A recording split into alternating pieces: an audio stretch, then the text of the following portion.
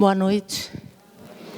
É uma alegria muito grande estar aqui, de verdade, porque é uma energia muito boa, é muito gostoso estar aqui. Muito obrigado pela casa, por me convidar, para a gente estudar junto, aprender junto, refletir junto, aprender mais, compreender mais. O tema de hoje, eu sempre falo isso, mas o tema de hoje é lindo. O tema de hoje chama-se Palavras da Vida Eterna.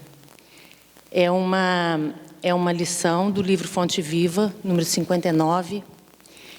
E se a gente pensa palavras da vida eterna, o que são palavras? São vocábulos, são letras agrupadas que têm um significado próprio e que nos ajudam na nossa comunicação, que ajudam a gente a viver.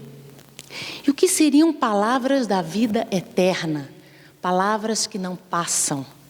Palavras que não têm validade, palavras que servem para sempre, palavras que, conforme a gente usar e a gente viver, fazem com que a nossa vida valha a pena, com que a nossa vida seja eterna. Então, esse texto, esse título, ele foi tirado de uma frase que Simão Pedro falou para Jesus, que a gente vai ver no estudo daqui a pouco, quando ele vira para Jesus e diz assim para ele: tu tens as palavras da vida eterna. E quando a gente pensa nessa frase que Simão Pedro falou, que foi anotada por João, está no capítulo 6, a gente pensa assim, quando Simão Pedro fala isso, tu tens as palavras da vida eterna, ele reconhece Jesus na frente dos outros apóstolos como o enviado de Deus. E por que a gente está falando sobre isso? Porque nessa oportunidade, quando isso foi falado por Simão Pedro, já tinha havido várias curas de Jesus. Jesus já tinha curado várias pessoas. As pessoas tinham visto as curas, tinham participado. Tudo que a gente leu e tudo que a gente sabe já tinha acontecido. A gente está nesse momento perto da época da Páscoa. E a gente se lembra que Jesus morre na sexta-feira antes do domingo de Páscoa. Então, estava próxima da passagem de Jesus. E, quando a gente lembra de todas as coisas que ele tinha feito na frente das outras pessoas, que todo mundo podia ver, e que as pessoas sabiam que não era uma fraude, e que as pessoas assistiam e ficavam maravilhadas com aquilo, era de se esperar que as pessoas crescem, que elas acreditassem em Jesus como o enviado de Deus. Mas nós até hoje somos assim, e mais para trás éramos mais ainda. O que acontecia? A gente não conseguia crer dessa forma. Se hoje a gente já não consegue, imagina naquela época que era uma coisa muito nova, muito assustadora de algumas formas. Então, naquela ocasião, muitos dos discípulos de Jesus já tinham motivo suficiente para entender as palavras que ele falava e as coisas que ele fazia, como sendo coisas que não eram desse mundo, não eram do mundo que eles viviam. Já estava assim, mais do que claro. Porém, como a gente tem o nosso livre-arbítrio e a gente tem a nossa opção de escolher e de acreditar no que a gente quiser acreditar, conforme nos convier mais, também assim era feito. Quando Jesus percebe, porque ele percebia todas as coisas, quando ele percebe que aquelas pessoas que estavam com ele, que aquelas pessoas que assistiram o que a gente conheceu, e a gente já falou aqui uma vez, como o milagre da multiplicação dos pães, que a gente sabe que não houve milagres, né? Mas a gente não vai falar nisso hoje. Quando aquelas criaturas viram nas águas agitadas, os pescadores, os discípulos que estavam no barco e avistam Jesus andando sobre as águas, que também não há milagre nenhum, tudo tem uma explicação, o que essas pessoas poderiam entender? Que aquele era o enviado de Deus, como tudo que ele já estava fazendo indicava. Porém, a gente sabe que quando a gente conhece uma coisa, aquela coisa de uma forma ou de outra começa a nos chamar. Se eu não conheço determinada coisa, se eu ignoro qualquer coisa que você possa pensar, Aquilo não faz parte da minha vida. Mas quando eu começo a vir a uma casa espírita, quando eu começo a frequentar uma determinada igreja, quando eu começo a querer mexer e conhecer algumas coisas, a minha consciência não fica mais naquele estado de torpor. Ela começa a me cobrar que eu me comporte de acordo com as coisas que eu estou conhecendo a partir do momento que eu começo a conhecer. E isso acontece com a gente o tempo inteiro. A gente tem duas opções. Ou a gente fala, nossa, então eu vou ter que mudar várias atitudes. Ou a gente vai embora. E aí, quando Jesus, sabendo que se aproximava a data que ele teria que partir, as coisas começam a ficar claras, porque mesmo que não se diga, sente-se no ar. Eles não sabiam, mas eles sentiam que alguma coisa estava para acontecer. E quando Jesus, então, percebe essa descrença dos discípulos, esse afastamento, ele começa, então, a informar, vamos chamar assim, mais aquelas criaturas. E também a repetir coisas que ele já tinha falado. Quando ele fala, eu sou o pão da vida, ninguém vai ao Pai, senão por mim. Quando ele fala, eu desci dos céus, o que acontecia com as pessoas que queriam um motivo para não seguir, para não mexer nelas mesmas? Elas começam a criticar. Mas você é filho de José e de Maria, como é que você desceu do céu? Como você é filho de Deus Pai? Então começa a haver essa conversa, que é uma conversa natural, para quem quer achar uma desculpa e não estar mais dentro daquele contexto. Muito bem, e Jesus continua dizendo que quem come do meu corpo, quem come do pão e bebe do meu sangue, que vai ter então a vida eterna. E os judeus perguntavam, como ele pode oferecer ele mesmo para ser alimento das pessoas? O que Jesus queria dizer com isso? Que palavra é essa que eles não quiseram entender? O que Jesus quer dizer com isso? Jesus quer dizer que se ele vem, ele fala, ele usa palavras que vão servir para sempre. Se ele mostra através das atitudes dele, tudo que ele mostrou, se o que ele fala é condizente, é fortalecido pelas atitudes dele, ele então é uma pessoa que pelo menos digna de admiração ele é.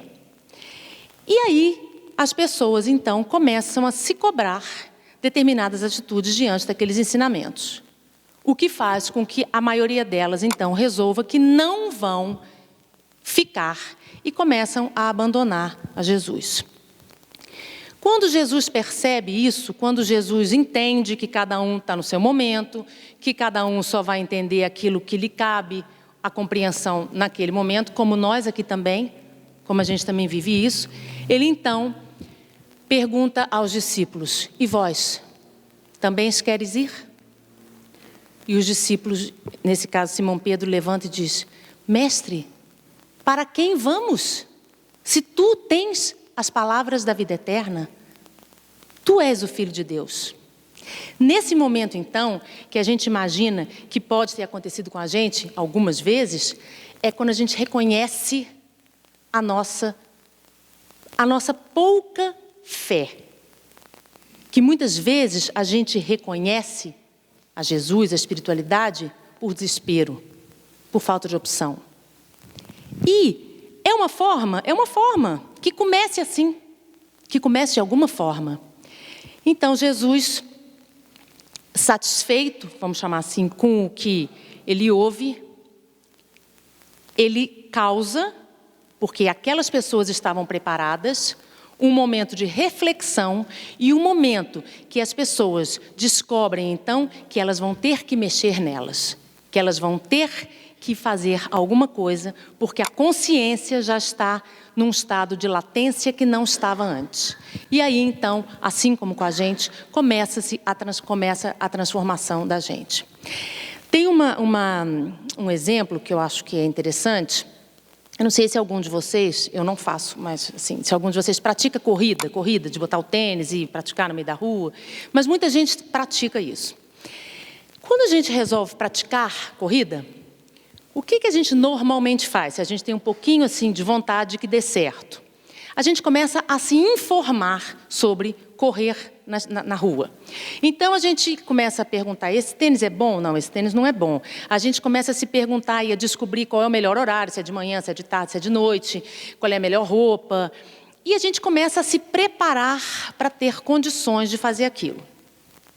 Bom, muitas vezes a gente não faz isso, mas partindo do princípio de que a gente vai fazer isso, a gente, além de ver essa questão da roupa, do dia, se está sol, se não está sol, a gente começa a reparar o que acontece com o nosso corpo no primeiro dia que eu corri, no segundo dia, qual é a mudança que aconteceu, se eu tenho mais sede, se eu tenho menos sede, se eu suei mais, se eu não suei mais. E a gente vai acompanhando aquela mudança diária, de todos os dias que eu vou correr, que está acontecendo no meu organismo, que está acontecendo no meu corpo. E aí, um belo dia, a gente resolve correr 5 quilômetros. A gente já vem se preparando para correr os 5 quilômetros. A gente já sabe como é. E a pessoa que está nos acompanhando, pode ser um treinador, um amigo, ela fala assim, olha, você tem todas as condições. Você tem todas as condições. Você sabe tudo o que você tem que fazer. Mas não vai ser fácil. E aqui estamos nós, preparados para a nossa corrida. Sabemos tudo o que a gente tem que fazer. Já lemos tudo o que a gente tinha que ler. Já perguntamos tudo o que a gente tinha para perguntar. Já vimos praticamente tudo o que a gente precisava ver. Estamos em todas as condições, mas não é fácil. Não é fácil porque nós temos grandes agravantes na nossa corrida a favor de nós mesmos. A gente poderia dizer que é contra nós mesmos, mas seria contra as coisas que não são boas em mim, mas a favor de mim mesma, porque eu quero correr, eu quero andar para frente, eu quero perceber o que está acontecendo com o meu organismo espiritual, vamos chamar assim. Como a gente reparou na corrida, que hoje já é mais fácil para mim, hoje eu já ando 2 quilômetros com mais depressa, daqui a pouco eu já ando 5 quilômetros tranquilamente, já vou passar para 6. Não é assim? Esse exemplo da corrida é um exemplo muito simples, mas é um exemplo muito claro, que se a gente trouxer para a nossa vida espiritual, a gente vai ver que a gente não tem essa dedicação, como a gente tem para outras coisas do mundo, mas que a gente já tem todas as condições, porque a gente já tem as palavras da vida eterna. A gente já conhece, a gente já ouviu, a gente já veio aqui, a gente já leu, enfim, a gente já sabe. Mas assim como na corrida, não é fácil. Porque quando Jesus falava que quando a gente come desse pão e bebe desse sangue, que Ele estaria conosco, que nós estaríamos com Ele, isso se chama sintonia. Se no meu dia a dia eu me pergunto, eu paro, eu estou atenta para as coisas que eu faço e me pergunto, isso é cristão? Isso é certo? Gente, isso é das coisas mais difíceis do mundo. Na hora da raiva você vai perguntar se aquele é cristão, se aquilo Jesus ia fazer aquilo. É difícil demais. É difícil demais. Quando é que isso se torna mais fácil? Quando a gente está aqui dentro. Nessa aura, nessa energia boa, nessa vibração, que a gente até flutua e sai dali achando que o mundo é lindo e pisa no seu pé, já ali na beiradinha já pisa no seu pé. Então, a gente é muito raivoso, a gente é muito primitivo. A gente tem características latentes ainda do homem primitivo, lá do homem das cavernas. É assim, ó, com a gente. E aí é mais um motivo para a gente entender que é preciso freio. Freio igual de cavalo. Freio de cavalo é aonde? Na boca. Na boca. Onde que a gente precisa do freio? Na boca. Nas palavras. Tem uns olhares também que precisavam de uns freios, mas não tem jeito de botar freio no olho, não tem jeito de botar freio, né, em outros lugares. Mas na boca, é na boca.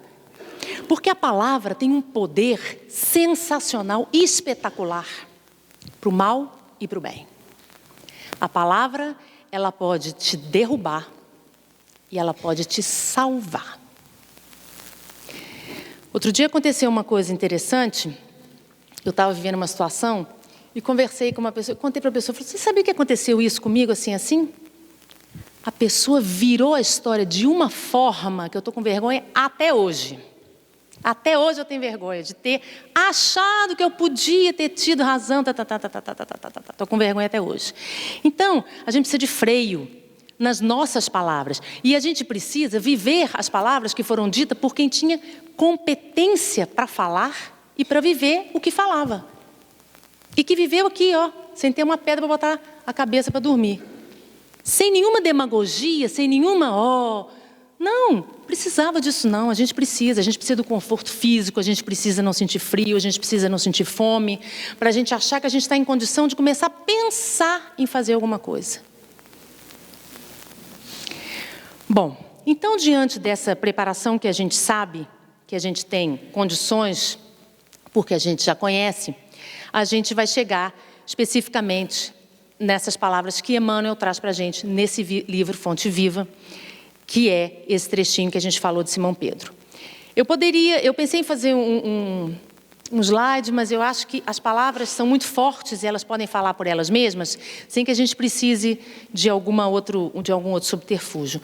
Eu vou ler algumas coisas e a gente vai conversar sobre isso, porque não dá para perder essas coisas. Então, Emmanuel fala para a gente o seguinte, através da psicografia do Chico, nesse livro. Rodeiam-te as palavras, em todas as fases da tua luta, em todos os ângulos do caminho. A gente ouve palavras o dia inteiro, no rádio, na televisão, uma pessoa passa no meio da rua, o outro xinga no carro, a gente conversa. As palavras nos rodeiam o dia inteiro. Existem frases que são frases respeitáveis, que falam do meu dever, que me chamam à minha responsabilidade. São palavras boas, são palavras fortes, são palavras sinceras. Existem situações em que pessoas dedicam o tempo delas para vir falar com a gente. E muitas vezes são coisas que não são aos nossos ouvidos egoístas, arrogantes e vaidosos e orgulhosos e todas essas coisas, não são coisas boas de ouvir. Mas a pessoa está dedicando o tempo dela para te ofertar uma palavra de vida eterna. Porque muitas vezes a gente pensa assim, mas eu já pedi tanto para Deus, mas eu ainda não tive resposta. Nesse momento, é lógico que a gente vai pensar que a gente está esperando que o Espírito de luz entre no nosso quarto à noite e diga, Flávia, sabe aquilo que você quer? Pois é, a resposta é essa. Mas Deus, na sua sabedoria, na sua misericórdia, manda aquela pessoa que a gente já não é muito assim fã dela, para falar para a gente o que a gente quer ouvir. Está pronto. Eu preciso de humildade. Eu não pedi, eu estou recebendo. Mas Deus vai mandar para mim do jeito que Ele quer. Do jeito que é o melhor para mim. Porque o jeito que Ele quer é o melhor para mim. Só que a gente queria daquele jeito, o Espírito de luz, né? Uma carta psicografada de umas 5 páginas, falando várias coisas. É isso que a gente quer. Imagina se a gente já vive nessa arrogância, nessa vaidade, nesse jeitinho da gente. Sem isso, imagina com isso, quem que segurava a gente? Nunca mais, nunca mais. Ele estava perdido para sempre. Então, existem outras palavras que elas aparecem na nossa vida, que são opiniões de uma coisa ou de outra, e que não nos dizem respeito. Isso acontece com a gente também. A gente ouve uma coisa, você fala, eu não vou nem me preocupar com isso, porque isso não cabe na minha vida agora. Eu tenho outras coisas, isso não me interessa. E perigoso também, e uma coisa que a gente tem que ter atenção, não alimentar o que não me diz respeito. A gente tem uma mania feia de ouvir uma conversa, aí não escutou direito e vai, e fica perguntando aquilo e rendendo uma coisa. Aí cuidar da sua vida, já está difícil aqui. E é porque está difícil aqui que a gente vai andando para lá, né? Vai querer saber do fulano, vizinho, o outro, e lá vamos nós.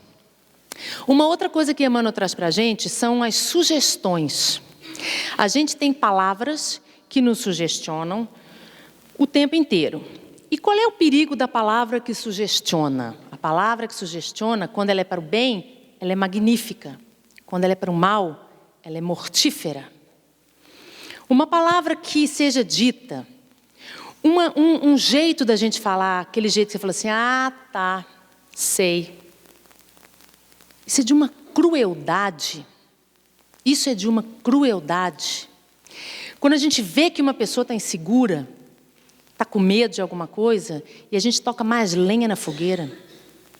Gente, isso é de uma ruindade que a gente faz, que a gente tinha que ter vergonha. Eu acho até que a gente tem, né? Acho que a gente já começou a ter umas vergonhazinhas. Mas agora o próximo passo é não fazer. O próximo passo é elevar. E aí a gente pensa nas coisas que Jesus falou e nas coisas que Jesus fez. Tudo o que ele fez e tudo que ele falou foi elevando, ensinando, moralmente correto, bacana, de deixar as pessoas, olha, eu nunca tinha pensado nisso mesmo não, eu nunca tinha visto isso, é assim mesmo? Qual é o benefício que isso me traz? Que é o primeiro pensamento que a gente tem. Paz de espírito. Paz de espírito. É o primeiro benefício. Quando eu deixei de fazer uma maldade, quando eu deixei de falar uma ruindade, depois eu dou graças a Deus. Porque eu não caí naquela tentação. E por que a gente é tentado? Porque a gente tem dentro da gente o bem e o mal. Então não foi porque a Mariazinha me sugestionou, mas fulana disse que era para eu fazer isso. A gente fez porque a gente quis.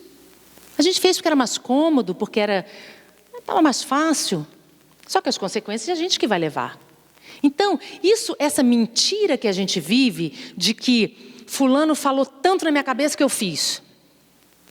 A gente não faz o que a gente não quer fazer. A gente não faz o que a gente não quer fazer.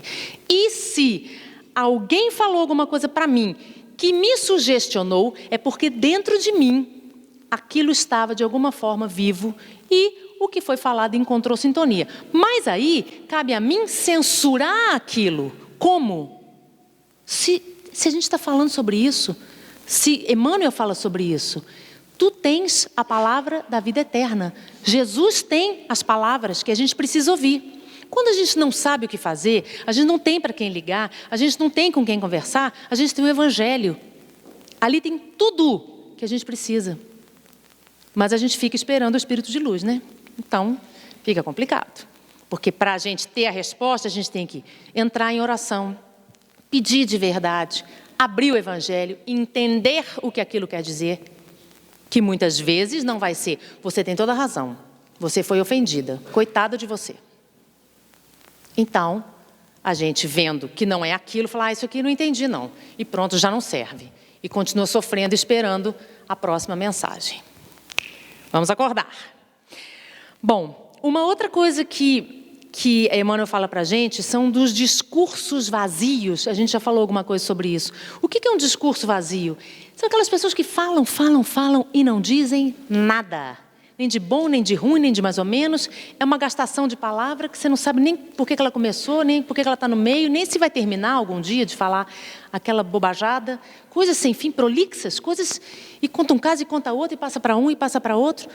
Vamos levantar e vamos embora, porque não tem fruto nenhum aí, não tem nada de bom para a gente. Aí a gente fala, não, mas a pessoa precisa ser ouvida. Tá. Se a pessoa precisa ser ouvida, ela tem que ter um foco, um objetivo. Ela tem que saber no que ela quer ser ouvida.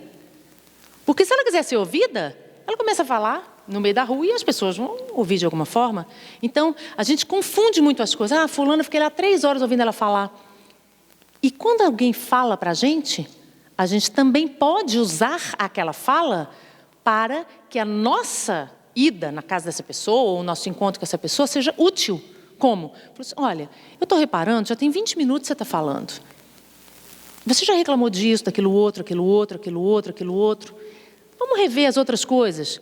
Isso, aquilo outro, aquilo outro. Você não acha que isso assim é bom na sua vida? Você não acha... Mas não, sentam as duas e choram. Sentam as duas e choram. Coitada, você é uma coitada. Gente, não pode. Já acabou, isso já foi. Isso não tem mais jeito. A gente já tem consciência, é aquilo que a gente estava falando no começo. A gente já sabe. É a nossa corrida. A gente já sabe o tênis que a gente vai usar, quanto tempo a gente consegue correr. A gente já sabe tudo. E a gente sabe, inclusive, que quanto mais a gente correr, melhor a gente vai correr. Quanto mais a gente correr, melhor a gente vai correr. Quanto melhor eu viver, melhor eu vou viver. Não é assim? Bom, continuando aqui. Emmanuel pede para a gente uma coisa bacana, ele fala assim, ó. Palavras faladas, palavras escritas. Dentre tudo que a gente ouve no nosso dia a dia, e isso a gente tem que prestar atenção, porque a gente não presta atenção, de tudo que a gente ouve, de ruim, de bom, de cobrança, de crítica, de tudo, todos os dias, existe um momento que a gente recebe as palavras da vida eterna. Mas, como diz Emmanuel, a gente às vezes está muito preocupado com alguma coisa, ou essa palavra vem de alguém que para a gente não está valendo nada. Quem é fulano para falar isso comigo? E a gente então deixa isso passar. E Emmanuel fala para a gente, ele coloca essas palavras, essas bênçãos que a gente recebe bênçãos o dia inteiro. A gente não enxerga metade, a gente não enxerga praticamente nada. Mas a gente recebe bênçãos o dia inteiro. E a gente recebe mensagens. A gente recebe palavras para que a nossa vida, para que a nossa evolução, para que a nossa corrida esteja perto de ficar eterna, de ficar boa. E essas palavras que a gente recebe, Emmanuel fala para a gente assim, guarda o teu coração. O que é guarda o teu coração? Põe no bolso e guarda? Não. Guarda, protege ele dessas outras falas sem importância, sem função, para que guardando, protegendo o nosso coração, ele seja capaz então de perceber, de sentir. Isso é uma mensagem da espiritualidade para mim. Tem vezes que a gente está tão receptivo, que a gente está tão guardado, que a gente, quando ouve determinada coisa, a gente até arrepia. A gente fala, nossa, estou toda arrepiada. É a sintonia, é a conexão. É aquilo que você pediu segunda-feira, que só chegou domingo. Que pena. Porque era domingo que tinha que chegar. É aquela coisa que você está ansiando loucamente, demorou 2 meses para acontecer. Então, quando Emmanuel fala para a gente, guarda o teu coração para a escuta, porque a palavra chega, mas muitas vezes a gente está ocupado com as coisas da vida e não percebe. E muitas vezes também a gente está numa aflição muito grande por um problema que a gente tem, ou por uma situação que a gente tem que resolver e tal, e a palavra está vindo, a pessoa está falando, e você está cego, surdo e mudo, e não consegue. Aí depois de 2 meses, você fala assim, nossa, aquele dia, você acredita que você me falou isso? A pessoa fala assim, eu te falei, tem 2 meses que eu te falei isso. 2 meses. E você está naquela lenha, naquela luta, naquela coisa. E a pessoa já te falou. Essa palavra já foi passada para você. A dica já foi dada. Mas você estava lá agarrado, igual avestruz, com a cabeça na terra, e não ouviu. Então, Emmanuel alerta para a gente da necessidade disso, da gente ficar esperto, da gente prestar atenção com o nosso coração. E da gente não dispensar nenhuma pessoa que chegue para nós, a não ser que ela não traga palavras da vida eterna. Aí eu falei, mas como eu vou saber se uma pessoa está falando para mim palavras da vida eterna, ou se ela está me dando uma ideia que não é dela, ou que é uma ideia do mal, uma ideia... Nessas coisas que a gente pensa. Como saber? O que seriam palavras da vida eterna? Palavras que elevam. Palavras carregadas de um sentimento que a gente está muito afastado hoje, de amor. E de um amor que a gente não conhece, que a gente não lembra, que a gente não... Eu diria que a gente não reconhece, a gente não percebe quando ele chega. Emmanuel coloca ele dá uma exemplificação muito interessante. Ele fala que as palavras de Jesus têm uma força de amor como um manancial de água que entra por dentro da terra e sai para alimentar e para tirar a sede da terra. Olha que coisa sensacional. Você avista um vale, uma coisa qualquer na natureza e sai aquele filete de água. Esse filete de água vai se transformar num riacho, vai se transformar num rio e vai correr e levar água para um monte de lugar, tirando a sede da terra. Esse é o amor de Jesus. É assim que ele nos ama. A gente não fica com sede, a gente não fica com fome. Mas, se a gente fala assim, mas falar assim é muito fácil, mas no dia a dia, quem é que faz o dia a dia? Quem é que escolhe? Sou eu. Sou eu que escolho.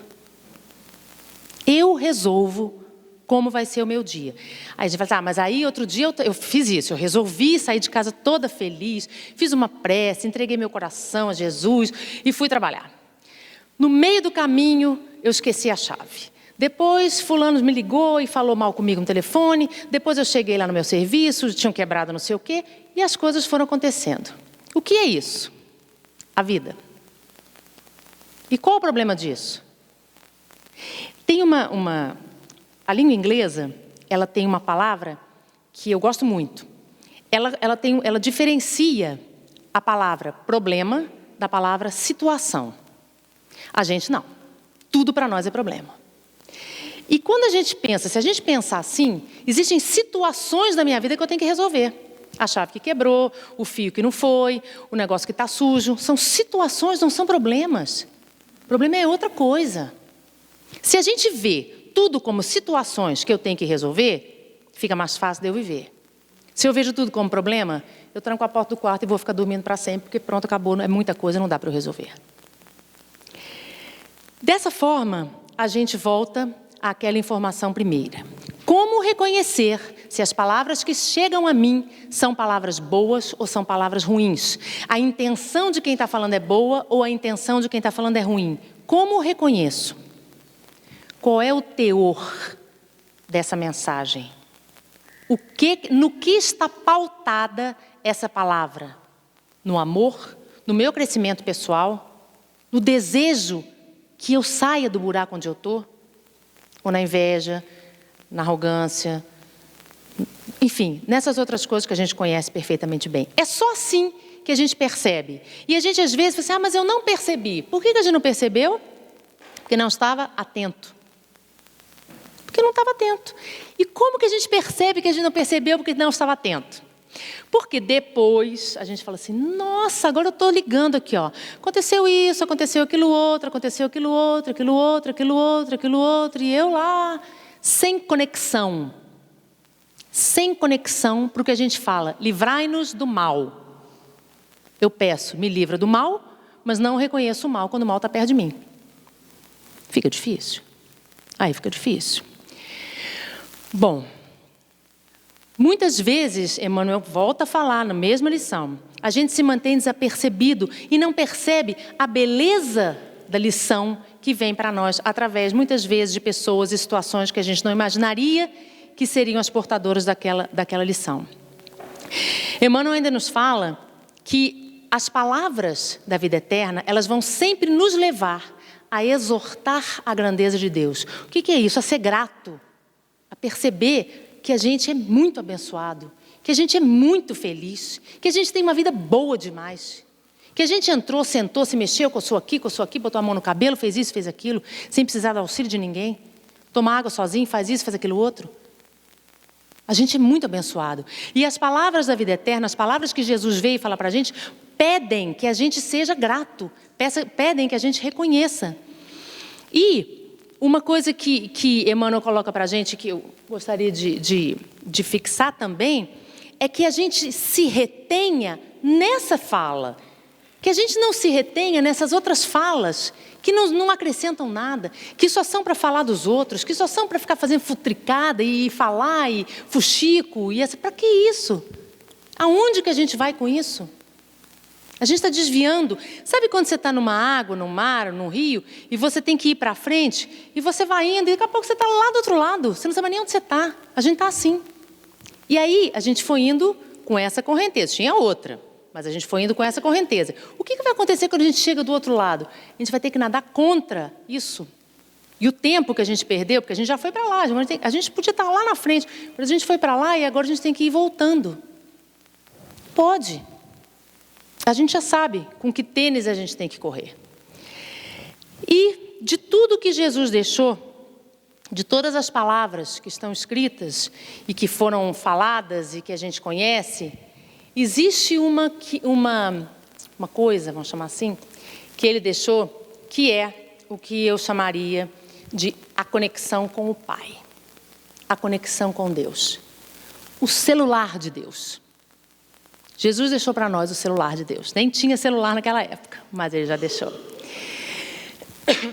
E ele, então, deixa para nós a oração do Pai Nosso. E hoje a gente podia ver se a gente consegue entender um pouco mais essa oração do Pai Nosso, que é uma benção, é uma maravilha. Então começa assim: Pai. Quando você chama alguém de pai, ele reconhece essa pessoa como seu criador, como responsável por você. Seja ele de sangue, que cria, não interessa. Quando você fala a palavra pai, você reconhece aquela criatura como seu criador. E ele fala, nosso. Quando ele fala nosso, ele coloca a todos nós na mesma condição. Ele coloca a todos nós como irmãos. E aí ele continua: Pai nosso que estais no céu, que não estais no mesmo plano que eu estou, porque eu ainda estou muito longe. Santificado seja o vosso santo nome. Santificado seja o vosso nome. Respeitado já é bom, mas santificado te dá a condição de reconhecer a essa criatura que eu chamo de pai como um santo, que seria o mais assim alto que a gente poderia falar. Que o seu nome, quando pronunciado, seja pronunciado não só com respeito, mas com orgulho. Esse orgulho bacana, esse orgulho bom. Venha a nós o vosso reino. Um reino é uma coisa que tem um rei, não é? Tem um rei e aí tem aquele pedaço de terra que é chamado reino daquela criatura. E o que acontece quando existe um reino? Tem o rei e o que o povo faz? Ele respeita, aceita e gosta do seu rei. E quando a gente fala então, venha a nós o vosso reino, que o teu reino seja em mim a minha forma de obedecer e aceitar o teu reinado, entendendo que tu és muito melhor e muito maior do que eu. A frase mais difícil do Pai Nosso: seja feita a vossa vontade, e não a minha egoísta, mesquinha e imediatista. Seja feita a vossa vontade. Não porque Deus tenha vontade, mas porque a vontade de Deus é de um amor irreconhecível para nós, que a gente não tem condições de entender. Então, quando a gente fala, seja feita a vossa vontade, a gente entrega para Deus a capacidade de misericórdia que Ele tem para guiar a minha vida da melhor forma possível. Porque com certeza é da melhor forma possível. Assim na terra como nos céus. Em todos os mundos, em todas as dimensões, em todos os reinos, em todas as condições de vida que haja, que a gente conheça, nesse e em todos os outros planetas. O pão nosso, olha essa frase, o pão nosso, que é o pão que nos cabe. O pão que cabe a mim não é o pão que cabe a você. Deus sabe das nossas fomes. O pão do corpo e o pão do espírito são diferentes e a gente precisa dos dois. O pão nosso de cada dia, porque cada dia a gente tem as nossas tribulações, os nossos medos, as nossas inseguranças, as nossas tristezas. Que esse pão me seja dado todo dia, porque eu preciso dele todos os dias. O pão nosso de cada dia nos dai hoje. Perdoa as nossas ofensas. Por que a gente pede perdão? Porque a gente erra toda hora. Porque a gente jura que se tiver mais uma chance, a gente não vai errar. Não dá 5 minutos e a gente está fazendo a mesma coisa de novo. Então é preciso que a gente tenha o perdão de Deus. Perdoa as nossas ofensas. É preciso que Deus me dê outra chance, mas que Ele reconheça que eu estou arrependido. Porque eu só peço perdão quando eu reconheço que eu estou arrependido. Senão eu não peço. Perdoa as nossas ofensas. Ensina-nos também a perdoar aqueles que nos têm ofendido. Porque o que eu quero é o que você quer. O que eu preciso é o que você precisa. Nós todos temos dores. Nós todos temos tristezas. Nós todos temos raiva. Nós todos nos sentimos inúteis determinado dia, determinada hora. Nós todos carregamos isso dentro da gente. Então, quando a gente pede perdão a Deus, a gente também precisa pedir que Ele nos ensine a fazer com o outro o que eu estou pedindo para Ele fazer comigo. E é muito difícil, Porque Ele é magnânimo. Ele é Deus. E eu sou só eu. E aí eu vou na minha pequenez, na minha mesquinharia, no meu egoísmo, e falo, não. Fulana tem que aprender uma lição. Imagina se Deus faz isso com a gente. Perdoai as nossas ofensas, lança sobre nós a tua misericórdia, que é quando eu recebo sem merecer. Isso é que é misericórdia. Eu sei que eu já falei aqui, mas eu gosto dessa palavra, eu gosto de falar, eu gosto de me lembrar disso. A misericórdia é quando a gente recebe sem estar merecendo. Normalmente é isso que a gente pede. Assim como nós perdoamos aqueles que nos têm ofendido, não nos deixe cair nas tentações. Por que a gente cai nas tentações? Porque a gente tem dúvida. Porque a gente tem preguiça de viver os ensinamentos do Cristo. A gente tem preguiça de viver os ensinamentos do Cristo. A gente tem preguiça de, na hora que a gente está correndo lá na rua, com o tênis bonitinho e tal, a gente fica focado. O que eu preciso fazer agora? O que eu preciso fazer agora? Eu vou virar uma curva, eu tenho que fazer o corpo para cá, o corpo para lá e tal. A gente não tem essa força de vontade. A gente tem preguiça. Por isso, a gente precisa pedir a espiritualidade para não nos deixar cair nas tentações. Porque a gente muitas vezes está disperso. Não está prestando atenção em nada, está vivendo de qualquer jeito e vamos. E cai. E depois levantar fica mais difícil. Não nos deixe cair nas tentações, na dúvida, na preguiça, mas livra-nos do mal. Derrama sobre nós a tua proteção. Apesar da gente saber como correr, saber como é difícil correr, muitas vezes não querer correr. Livra-nos de todos os males, mesmo quando a gente não merece. E que assim seja. Que a gente tenha uma boa noite. Muito obrigada.